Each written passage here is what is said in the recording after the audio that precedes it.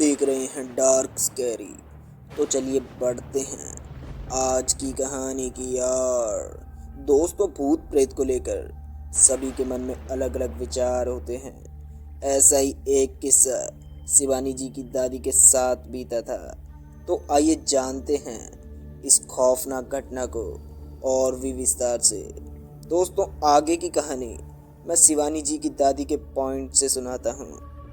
मैं प्रयागराज में एक कंपनी में काम किया करती थी। मुझे हर रोज़ ऑफिस के लिए बस से जाना पड़ता था। कई बार मैं लेट भी हो जाया करती थी, लेकिन मैं इस चीज़ से कहाँ रूबरू थी कि मेरे जीवन में एक ऐसा खौफनाक मंजर आने वाला है जिसे मैं अपनी पूरी ज़िंदगी भर याद रखूँगी। दरअसल जब मैं एक दिन ऑफिस गई तो मुझे उस दिन काम करते करते रात हो गई। क्योंकि मैं उस कंपनी की सीए थी तो मैंने सोचा सारा काम क्यों ना आज ही निपटा दिया जाए। फिर मैं अपना काम ख़त्म करने के बाद मैंने नेहा से कहा, कल मुझे ये डॉक्यूमेंट रेडी चाहिए, जिस पर उसने मुझे जवाब देते हुए कहा, ओके मैम, ये मैं कल तक कर दूँगी। फिर मैंने अपना बैग उठाया और घर जाने के लिए रवाना हो गई। फिर जब मैं बस स्टैंड पर पहुंची तो मैंने अपने फ़ोन को निकाला और उसमें समय देखा तो मैंने पाया अभी बस को आने में 15 मिनट बाकी हैं। अभी मैं बस के आने का इंतज़ार कर ही रही थी कि तभी एक हैंडसम सा लड़का मेरे पास आया और मेरे बगल में आकर खड़ा हो गया। और फिर जब मेरी नज़र सामने से आते हुए बस पर पड़ी तो मैंने देखा आज बस समय से पहले ही आ गई थी। फिर जैसे ही बस मेरे पास आकर रुकी तो मैं जल्दी से उस बस में चढ़ गई और वो लड़का भी मेरे साथ साथ उस बस में चढ़ गया।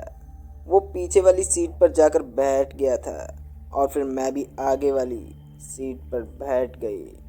और फिर जैसे ही बस स्टार्ट हुई तो वो तेज़ रफ्तार के साथ आगे की ओर बढ़ने लगी।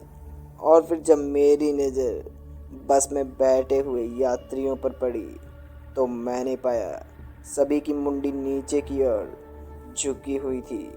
और जब मेरी नज़र उनके पैरों पर गई तो मैंने पाया उन सभी के पैर उल्टे थे, जिसे देखने के बाद मेरा शरीर ठंडा पड़ने लगा और मैं बुरी तरह घबरा गई।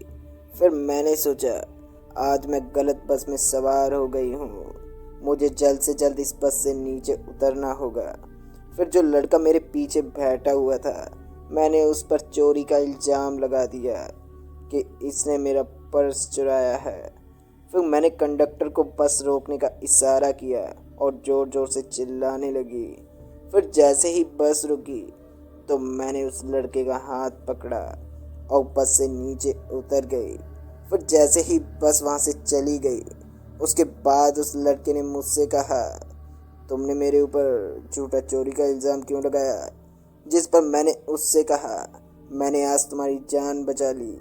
फिर उसने मुझसे कहा, वो कैसे? तभी मैंने उससे कहा, बस में जितने भी यात्री बैठे हुए थे उन सभी के पैर उल्टे थे। इतना सुनने के बाद वो ज़ोर ज़ोर से हंसने लगा और फिर उसने कहा, क्या उनके पैर मेरे जैसे थे? और जब मेरी नज़र उसके पैरों पर गई तो उसे देखने के बाद मेरे शरीर में दौड़ता हुआ खून मानो एकदम से रुक सा गया हो।